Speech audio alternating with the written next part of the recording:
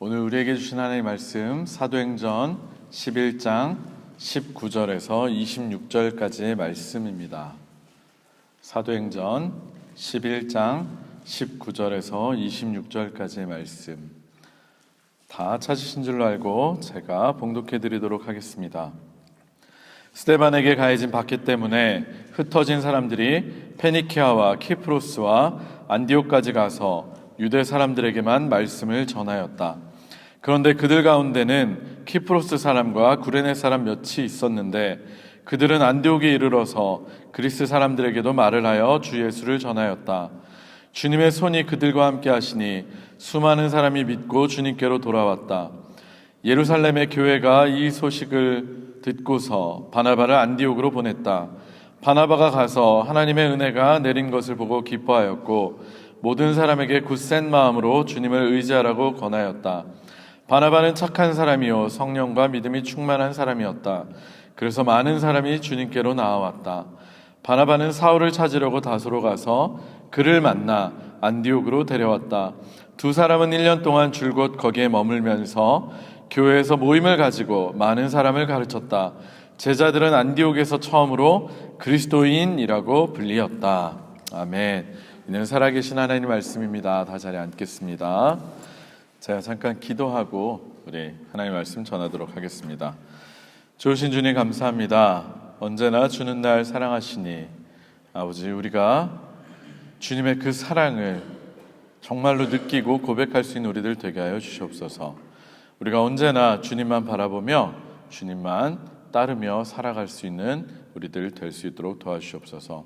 오늘도 이 시간 하나님 말씀 들고 단위에 섰습니다. 주의 말씀만 온전히 전하게 하시고 전하는 자나 듣는 자나 은혜의 시간 되도록 인도하여 주시옵소서. 하나님께서 이 시간 주장하시길 원하오며 모든 말씀 예수님 이름으로 기도합니다. 아멘. 할렐루야. 할렐루야. 반갑습니다. 오늘도 주님 전에 나와서 예배드리시는 여러분들을 주님의 이름으로 환영합니다. 오늘도 말씀을 통해서 여러분에게 하나님의 음성이 들려지시고 또 깨닫고 결단하는 시간이 되시기를 주님의 이름으로 축원합니다. 또 여러 가지 사정으로 인해서 못 오신 분들, 또 영상으로 또 한국에서 영상을 보시는 분들도 동일한 은혜가 임하시길 축원합니다. 사랑하는 성도 여러분, 우리는 누구입니까? 우리가 누구이기에 이 아침부터 다른 사람들 다 자고 있는데 여기 와서 예배를 드리고 있는 것입니까? 우리는 그리스도인입니다. 맞습니다. 우리는 크리스찬입니다. 그런데 여러분들은 정말로 진짜 그리스도인이십니까? 오래전에 제가 있었던 일입니다. 독일에 오고 몇 년 되지 않았을 때인데 제가 그 듀셀에서 조금 더 가서 카펠렌 그레벤브로이시라고 하는 거기에 인터넷 쇼핑몰이에요. 한국 식품을 파는 인터넷 쇼핑몰에서 택배 싸는 아르바이트를 했었어요. 일주일에 한두 번씩 이렇게 가가지고 최근까지도 했었는데 이제는 그만뒀는데 거기에서 일하면서 알게 된 한 동생이 있었는데 함께 일을 하고 자주 만나고 대화하면서 많이 친해졌습니다. 지금은 한국에 돌아와서 직장 생활한 지 꽤 됐고 1년에 한두 차례 연락하는 그런 친구인데 에센에 살고 있어가지고 이제 기차를 같이 타고 오면서 기차 방향이 같기 때문에 같이 타고 오면서 이런저런 얘기를 참 많이 나누었습니다. 그러다가 제가 한국에서 나는 신학을 공부한 사람이고 그리고 여기서도 신학을 공부하고 있고 그리고 특별히 주말에는 교회에서 전도사로 사역을 하고 있다, 일을 하고 있다 이런 얘기를 했더니 그 친구가 놀라는 거예요. 놀라면서 정말 이렇게 얘기하더라고요. 아니 형님, 교회 다니는 사람이셨어요? 예수님을 믿지 않던 친구였던 그 동생의 말을 듣고 처음에는 굉장히 당황스럽고 또 굉장히 민망했습니다. 속으로 내가 그렇게까지 기독교인 같지 않게 보였나?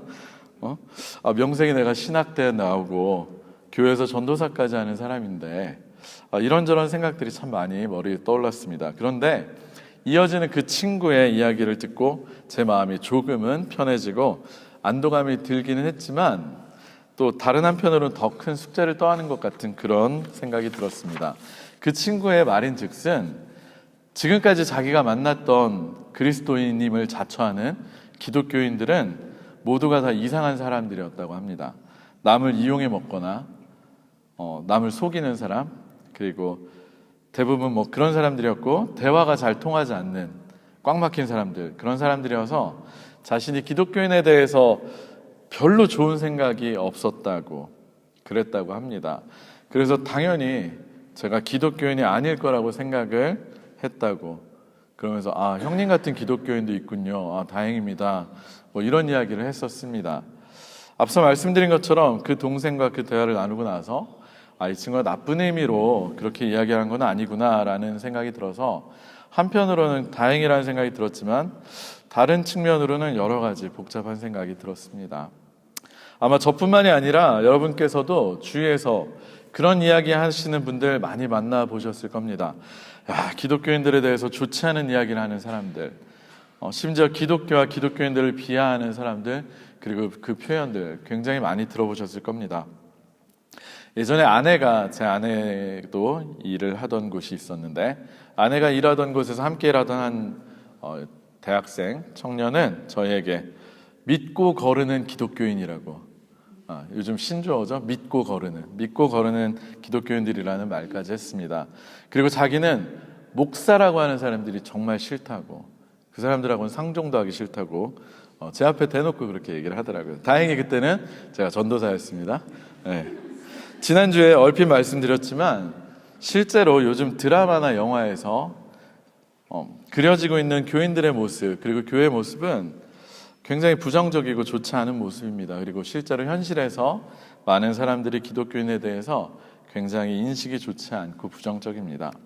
그런데 따지고 보면 사실 기독교인들이 사람들로부터 이런 대접을 받고 이런 인식을 얻게 된 것은 그 사람들이 지금껏 만나고 경험했던 기독교인들로부터 좋지 않았던 기억을 얻었기 때문에 그것이 원인이 된 것입니다.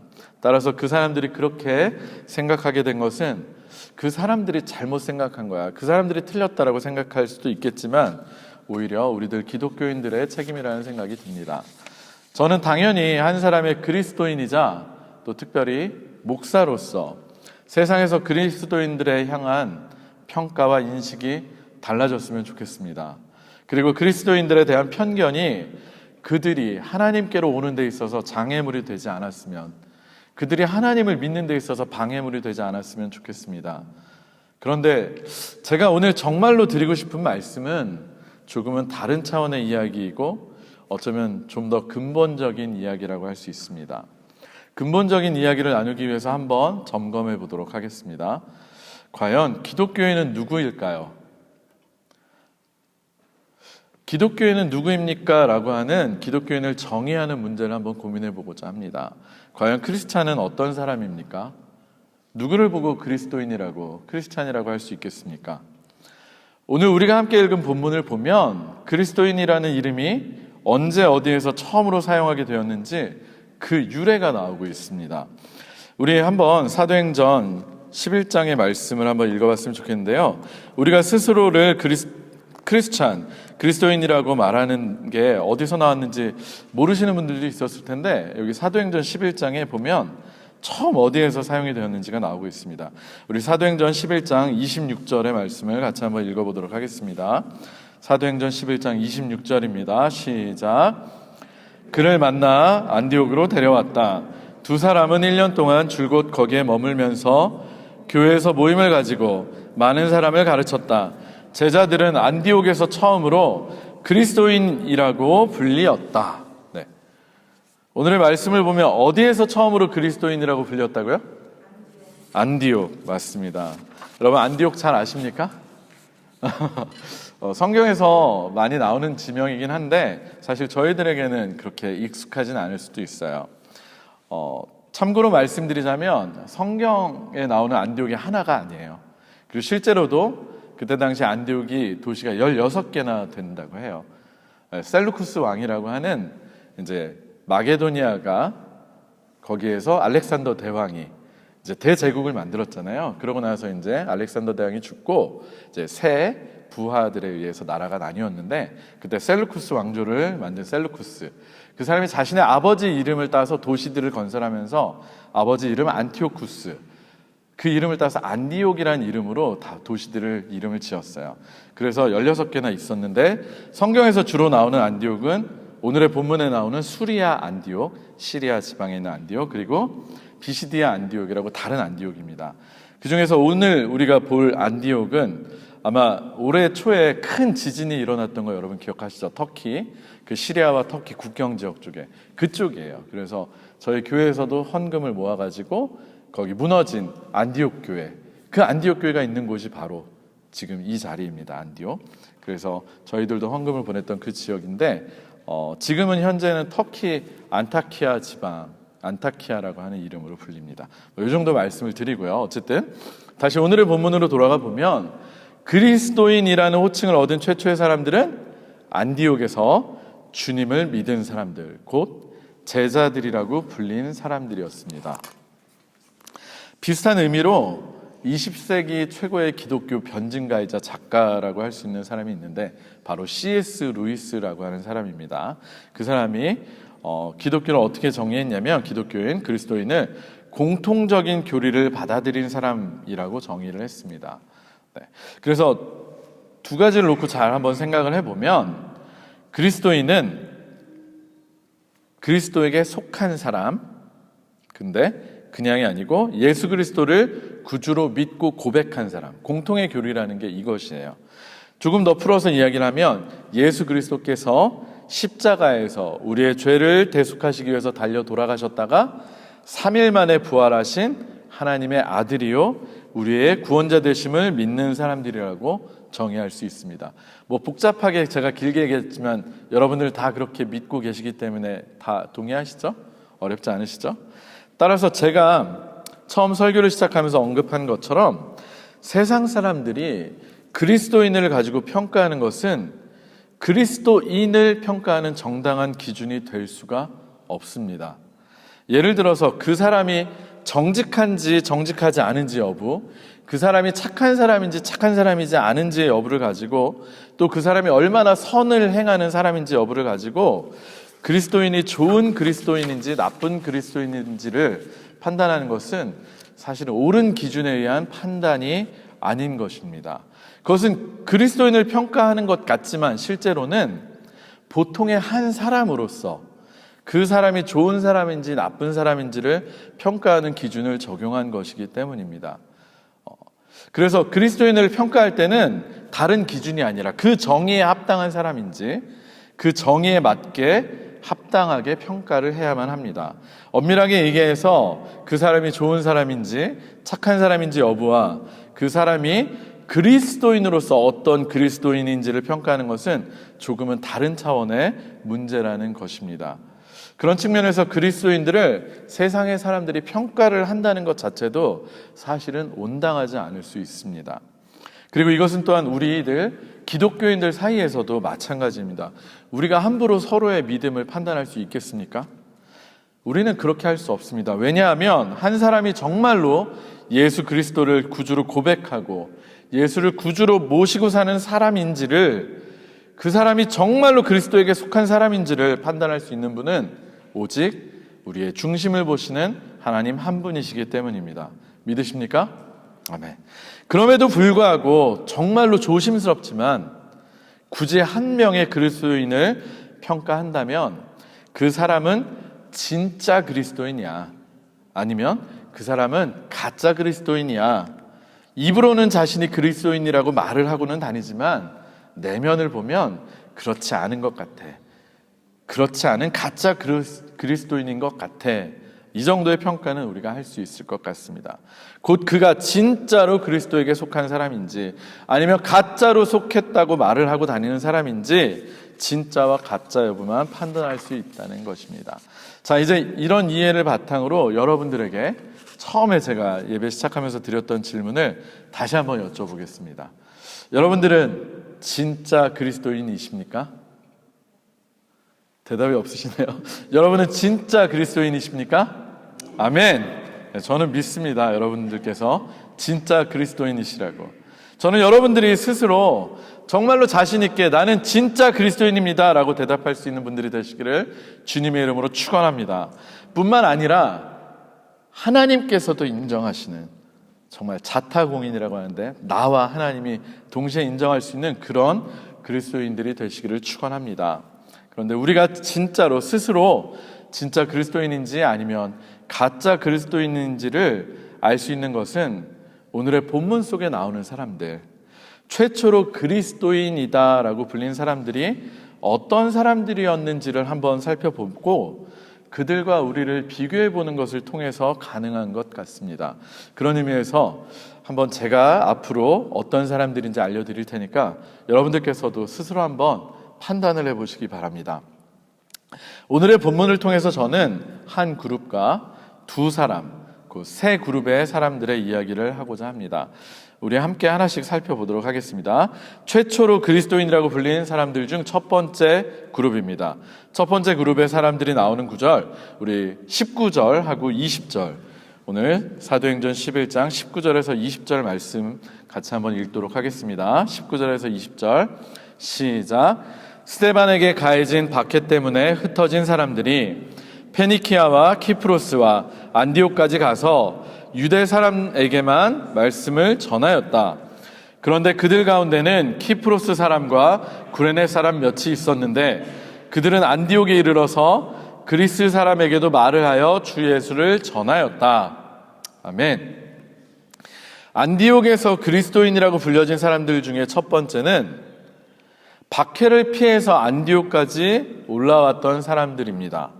특별히 그 중에서도 유대인들에게만 복음을 전한 사람들과 달리 그리스 사람들에게도 말을 하여서 주 예수를 전한 사람들이 있었는데 어디서 온 사람들이요? 키프로스 사람과 구레네 사람 몇 명이라고 나와 있습니다. 사랑하는 성도 여러분, 오늘의 본문을 보면 이 사람들이 흩어지게 된, 특별히 안디옥까지 흩어져서 오게 된 이유가 무엇입니까? 박해. 19절에 보면 스데반에게 가해진 박해 때문이라고 나오고 있습니다. 우리 너무나 잘 아는 것처럼 초대교회의 7 집사 중에 한 명이었고 어쩌면 기독교 최초의 순교자라고 할 수 있는 이 스데반이 예수를 구주로 고백을 했고, 그리고 예수님이 정말로 우리를 구원한 구세주라는 것을 사람들에게 설교를 했기 때문에 그 이유로 인해서 당시 종교 지도자들로부터 어떻게 죽었습니까? 돌로 쳐서 돌에 맞아 죽는 그 끔찍한 죽음을, 순교를 당했습니다. 예수를 믿는 사람들을 향한 유대교, 당시의 기득권 교회의 유대교의 본격적인 박해가 시작된 것입니다. 따라서 이들은 예수님을 믿는다는 것 때문에 어쩌면 자신도 목숨을 잃을 수도 있는 위험에 처한 사람들이었고 그것을 피해서 올라온 사람들이었습니다. 그런데 그들이 피해와서 한 일이 무엇입니까? 꽁꽁 숨어서 자신이 예수 믿는다는 걸 감추고 아무런 티 안 나게 사는 것이었습니까? 아닙니다. 그들은 주 예수를 전했습니다. 특별히 박해를 피해 와서까지도 유대인들에게만 말씀을 전하던, 여전히 유대교적인 선민 사상에만 갇혔던 사람들과 달리 이들은 예수님을 그리스인들에게까지도, 유대인들 입장에서는 이방인들에게까지도 예수의 복음을 전한 사람들이었습니다. 이들은 예수님의 복음이 유대인들에게만 국한된 것이 아니라 전 세계를 향한, 온 인류를 향한 복음이라는 것을 먼저 제대로 깨달은 사람들이고, 예수님 믿는 그것 때문에 박해를 받고 흩어지게 된 사람들임에도 불구하고 여전히 예수님을 전할 만큼 예수님이 자신들의 구세주임을 정말로 굳게 믿고 확신한 사람들이었습니다. 그런 사람들이었기에 21절에 보면 주님의 손이 그들과 함께 하시니, 주님의 손이 그들과 함께 하셨고 이들을 통해서 많은 사람이 믿고 주님께로 돌아오는 역사가 일어났습니다. 바로 이런 사람이, 그리고 이런 사람들에 의해서 예수를 믿고 돌아오게 된 사람들이 그리스도인이라고 불렸던 것입니다. 자, 최초로 그리스도인이라고 불렸던 사람, 이제 두 번째 사람을 만나보도록 하겠습니다. 이 사람은 바로 바나바입니다. 실제로 바나바는 오늘의 본문에서 어쩌면 가장 중심적인 역할을 하는 사람입니다. 우리 바나바가 어떤 사람인지는 오늘의 본문 24절에 나와 있습니다. 우리 24절을 함께 읽도록 하겠습니다. 24절입니다. 시작. 바나바는 착한 사람이요 성령과 믿음이 충만한 사람이었다. 그래서 많은 사람이 주님께로 나아왔다. 네. 바나바는 어떤 사람이라고 나오고 있습니까? 네, 착한 사람이라고 나와 있습니다. 그런데 앞서 말씀드린 것처럼 착하다는 것은 그리스도인을 평가하는 데 있어서는 핵심적인 기준은 아닌 것 같습니다. 따라서 그를 판단할 수 있는 가장 중요한 설명이 어쩌면 바로 뒤에 나오는 것인데, 어떤 사람? 성령과 믿음이 충만한 사람이었다. 할렐루야. 바나바는 성령과 믿음이 충만한 사람이었습니다. 바나바가 얼마나 성령이 충만하고 믿음이 좋은 사람이었는지는 사도행전의 앞부분을 보아도 잘 알 수 있습니다. 우리 사도행전 4장에 보면 바나바는 당시에 땅을 소유하고 있었던 제법 재산이 있었던 사람이었습니다. 4장 한번 찾아보셔도 되고요. 사도들의 말씀을 듣고 은혜를 받아서 그때 당시 사람들이 공동생활을 하고 자신들의 재물을 팔아서 함께 나누어 쓰던 그런 일이 있었는데, 바나바 역시 자신의 밭을 팔아서 사도들의 발 앞에 필요한 사람들에게 필요한 만큼 나눠주기 위해서 사도들의 발 앞에 자신의 소유를 팔아서 갖다 주었던, 자신의 소유를 전혀 아끼지 않았던 사람이었던 것입니다. 그리고 안디옥에 믿는 이방인들이 많아졌다는 소식을 듣고 예루살렘 교회가 이방인들을 위해서 선교사로 파송한 사람이 누구입니까? 바로 이 바나바입니다. 선교사로 파송할 만큼 그는 예수에 대한 믿음이 좋고 또 특별히 복음 전도에 대한 열정이 뜨거웠던 사람이었습니다. 마지막으로 바나바는 복음 사역을 위해서 회심한 사도 바울을 변호해주고 믿어주고 그리고 안디옥에 불러와서 함께 사역하길 맡긴 사람이었습니다. 사실 사울이 예수 믿는 사람을 앞장서서 박해하던 사람이었기 때문에 그가 회심했다고 해도 누구도 믿어주지 않았고 오히려 그를 의심했습니다. 그래서 우리가 흔히 알기로 회심하고 바로 사역을 한 것 같지만 바울에게는 자신의 고향으로 돌아가서 혼자 지내는 꽤나 오랜 시간이 필요했습니다. 그러고 있을 때 복음을 전하는 일을 위해서 어쩌면 자신의 기득권을 포기해야 했을 수도 있음에도 바나바는 그와 연합하기 위해서, 다른 사람과 연합하기 위해서 바울을 불러왔습니다. 그런 것처럼 바나바는 복음을 위해서라면 자신을 희생할 수 있었고, 그리고 복음을 전하기 위해서라는 하나님의 말씀을 전하기 위한 누구와도 연합할 수 있었던, 그리고 그 사람들을 자신보다 더 높이 세워줄 수 있었던 바로 그런 사람이었습니다. 바로 그런 사람이, 이런 바나바와 같은 사람이 최초로 그리스도인이라고 불렸던 사람인 것입니다. 최초로 그리스도인이라고 불린 사람, 세 번째, 바울입니다. 바나바에 의해서 안디옥에 불려와서 말씀을 가르치는 사역을 하게 된 바울은 제가 말씀드린 것처럼 예수님을 만나기 전과 그 이후가 완전히 달라진 사람이었습니다. 예수님을 만나고 나서 정말 제대로 180도 변화된 사람이었습니다. 예수님을 만나기 전에 바울, 아까 제가 말씀드린 것처럼 예수님 믿는 사람들을 잡아 죽이려고 하는 살기가 등등한 사람이었습니다.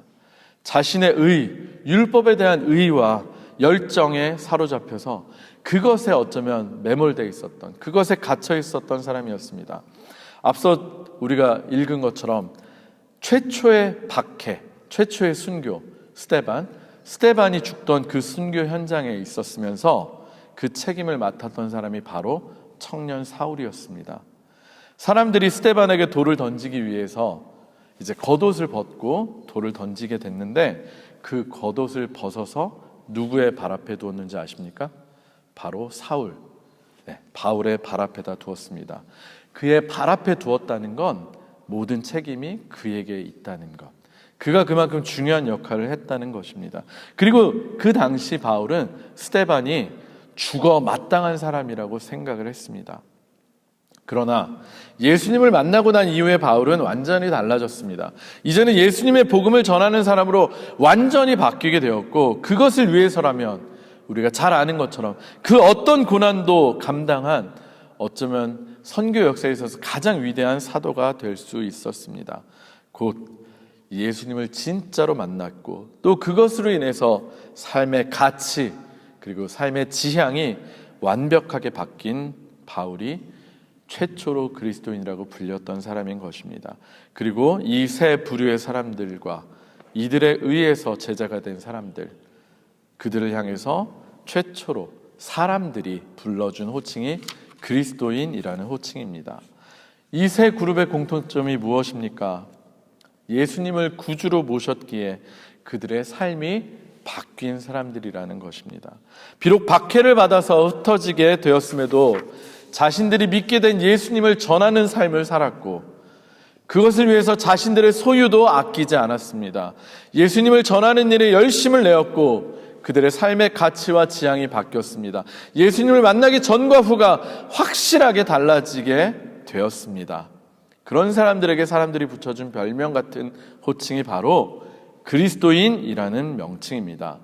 사실 역사가들의 기록을 보면 이 명칭은 예수 믿는 사람들을 다소 비하시키는, 비아냥거리는 말이었다고 합니다. 우리나라식으로 표현하면 아유 저 예수쟁이들, 이런 것처럼 그 정도의 표현이라고 할 수 있겠습니다. 그러나 이것은 다른 사람들이 보기에도 그들은 정말로 예수를 믿는 사람들로 보여졌다는 의미에서 어쩌면 그들에게는 훈장과도 같은 이름일 수도 있습니다. 그들이 예수 전하는 일과 예수 믿는 일에 최선을 다했기 때문에, 그것이 겉으로까지 드러나 보였기 때문에 안 믿는 사람들의 눈에 저들은 예수쟁이구나, 예수만 얘기하는 사람들이구나, 예수만 하는 사람들이구나, 그래서 그들을 그리스도인이라고 부를 수 있을 정도로 드러나 보였다는 것이기 때문입니다. 말씀을 마무리하겠습니다. 기독교 역사에서 최초로 그리스도인이라고 불린 사람들은 앞서 살펴본 것과 같이 그들의 삶에서 다른 사람들이 보기에도 예수가 드러나는 삶을 살았던 사람들이었습니다. 그 사람들이 선한 사람들이었는지, 또 어떤 사람이었는지, 그 사람의 성격이 어땠는지, 외모가 어땠는지 그런 거 결코 중요치 않습니다. 그것은 부차적인 문제입니다.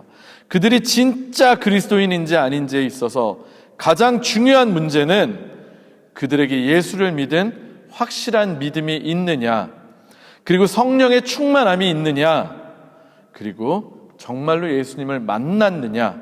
그래서 예수를 만남으로 인해서 그들의 삶이 변화되고 그들의 삶에서 예수가 전해지고 드러나고 있느냐, 그것의 여부입니다. 삶에서 예수가 드러나는 사람들만이 정말로 그리스도인이라고 불릴 수 있는 사람들입니다.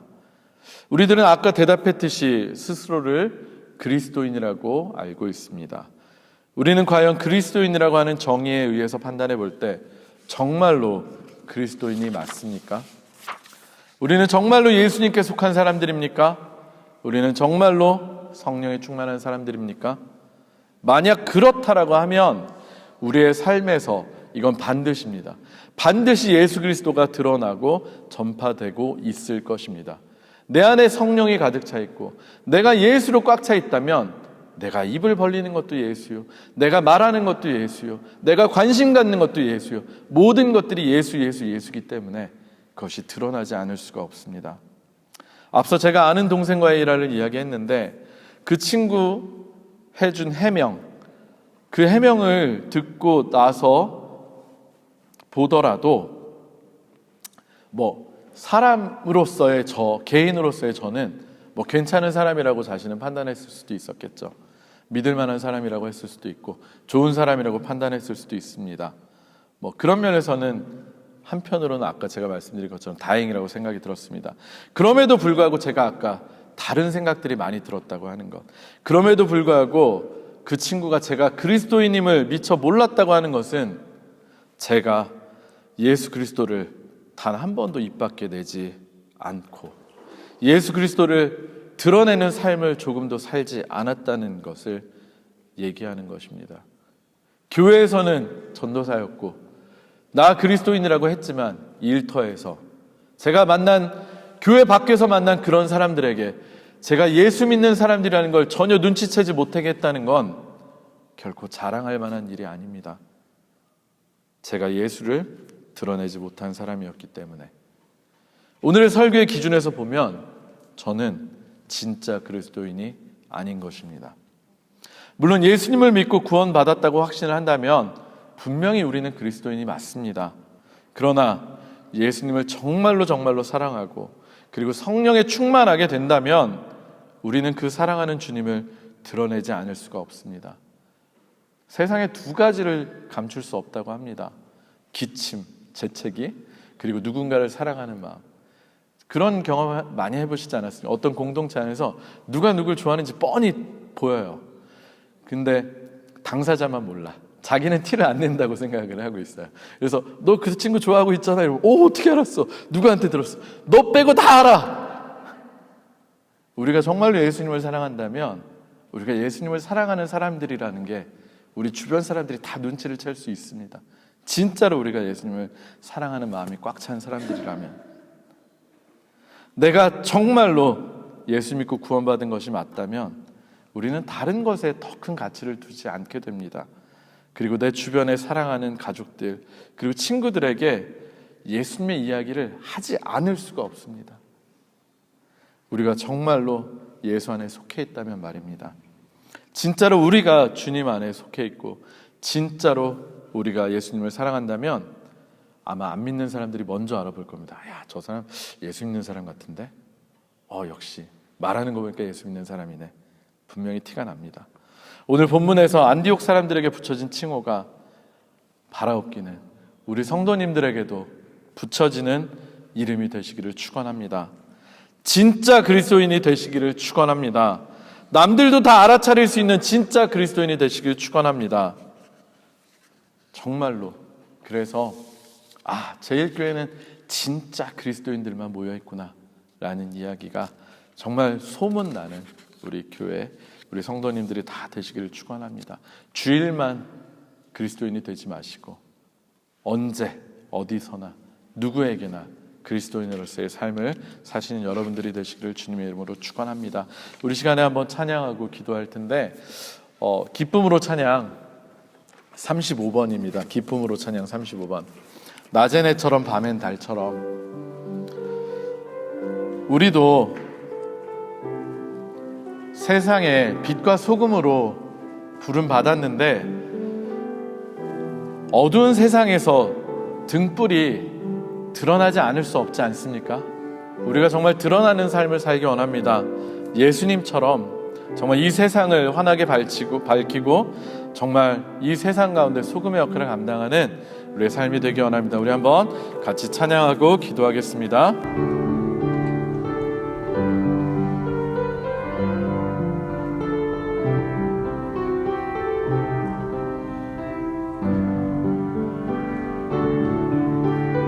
낮엔 해처럼 밤엔 달처럼. 낮엔 해처럼 밤엔 달처럼 그렇게 살 순 없을까. 욕심도 없이 어두운 세상 비추어 온전히 남을 위해 살듯이 나의 일생에 꿈이 있다면 이 땅에 빛과 소금 되어 가난한 영혼 지친 영혼이 주님께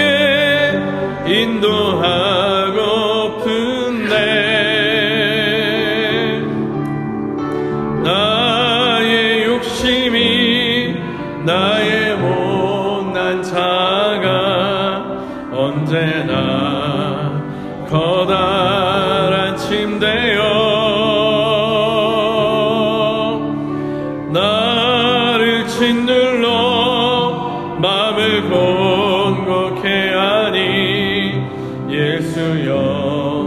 나를 도와주소서. 예수님처럼, 바울처럼, 예수님처럼, 바울처럼 그렇게 살 순 없을까?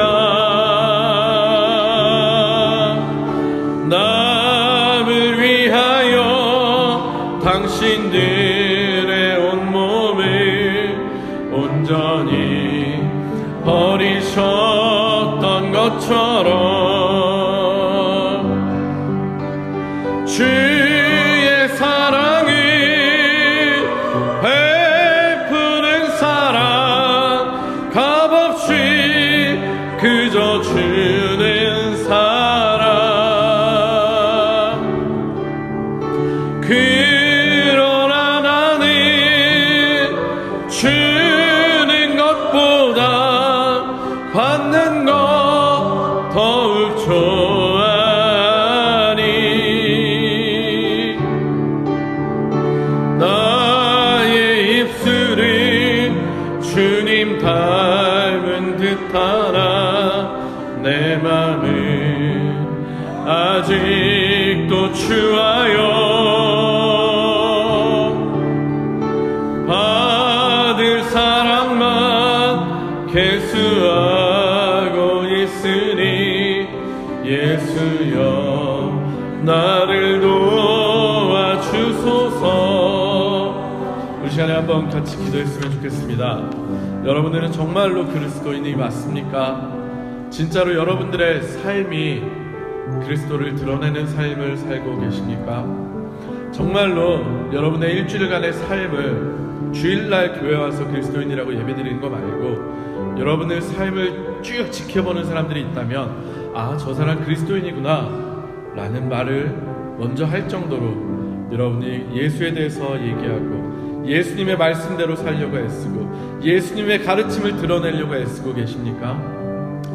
우리 시간에 한번 기도하기 원합니다. 주님, 우리도 그리스도인이라는 이 칭호가 부끄럽지 않은 사람들이 되기 원합니다.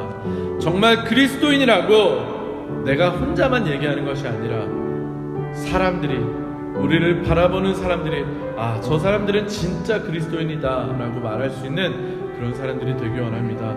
우리들이 시간 기도하겠습니다. 하나님, 우리들 결단하겠습니다. 우리 하나님께서 우리에게 성령의 충만함을 주시고 우리에게 더 큰 믿음을 주시옵소서라고 이 시간에 다 같이 한번 기도하겠습니다.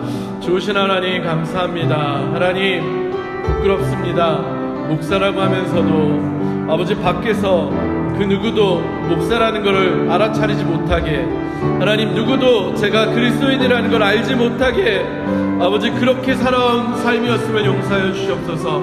아버지, 내가 입술로는 주님을 사랑한다고 하였지만 내 표정과 내 표현과 내 말투와 내 생각과 내가 지향하는 모든 것들에서 주님을 사랑하는 사람의 모습이 조금도 드러나지 않았음을 용서하여 주시옵소서.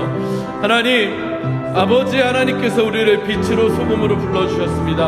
하나님, 등불을 아버지 숨겨놓지 않는다고 아버지 하늘의 산 위에 아버지 하나님 들어 올려놓는다고 하셨는데 우리들 아버지 스스로 빛을 감추면서 주중에는 정말로 예수 믿는 사람과의 전혀 상관없는 삶을 사는 우리들이 아니었는지 우리를 돌이켜봅니다. 하나님 아버지, 우리들 언제 어디서나 그리스도인이 되기 원합니다. 누구 앞에 서고 어떤 상황에 서고 아버지 어떤 환경에서도 굴하지 않고 주님을 드러낼 수 있는 참된 그리스도인이 되기 원합니다. 우리의 생각하는 것, 목표하는 것, 지향하는 모든 것들이 예수 그리스도가 되기 원합니다. 하나님 아버지, 우리들 진짜가 되게 하여 주시옵소서. 우리들 진짜가 되게 하여 주시옵소서. 그래서 우리들을 통해서 초대교회 아버지 이 사람들을 통해서 예수 믿는 사람들이 점점 늘어났던 것처럼 주의 손이 함께했던 것처럼 여전히 우리와도 함께 하셔서 우리의 입술을 통해서 하나님의 이름이 증거되게 하시고 주 예수의 복음이 땅끝까지 전달되게 하시고 우리를 통해서 구원받는 자들이 나날이 늘어날 수 있도록 도와주시옵소서. 그리스도인이라 칭함받기에 조금도 부족함이 없는 저희들 되게 하여 주시옵소서. 아버지 하나님 감사합니다. 오늘 짧은 시간 말씀을 통해서 우리가 정말로 진짜 그리스도인인지를 한번 돌이켜보는 시간 갖게 하시니 감사합니다. 성령님께서 임하신 이유는, 우리에게 성령 충만하게 부어주신 이유는 우리들로 하여금 주님의 제자, 또 주님의 증인, 땅끝까지 주님을 증언하는 증인이 되게 하기 위해서인 줄로 믿습니다. 하나님, 우리들 그리스도인이라고 자부하며 살아왔지만 과연 우리가 입술 벌려 주님을 전했는지, 우리가 주님을 정말 사랑한다고 하였지만 우리 안에 주님의 사랑이 가득 차서 정말 우리의 주변 사람들에게까지 전달되고 있는지, 흘러 넘치고 있는지 우리들 다시금 말씀 앞에 우리를 비춰봅니다. 하나님, 우리를 바라보는 모든 사람들이 입을 모아서 저 사람들은 진짜 그리스도인이다 라고 부름을 받을 수 있는 우리들 되게 하여 주시옵소서. 주일날만 교회에 앉아 있을 때만 잠시 그리스도인이고 교회 문을 나서면서 이 세상에 전혀 구별되지 않는 그런 사람이 아니라 어디서나 오히려 세상 속에서 더 빛을 내는, 오히려 세상 속에서 더 드러나는 우리 그리스도인들이 될 수 있도록 도와주시옵소서. 하나님께서 우리 교회를 통해서, 우리 성도님들을 통해서 주님의 나라를 확장하시길 원합니다. 귀하게 사용하여 주시옵소서. 모든 말씀 예수님의 이름으로 간절히 기도합니다. 아멘.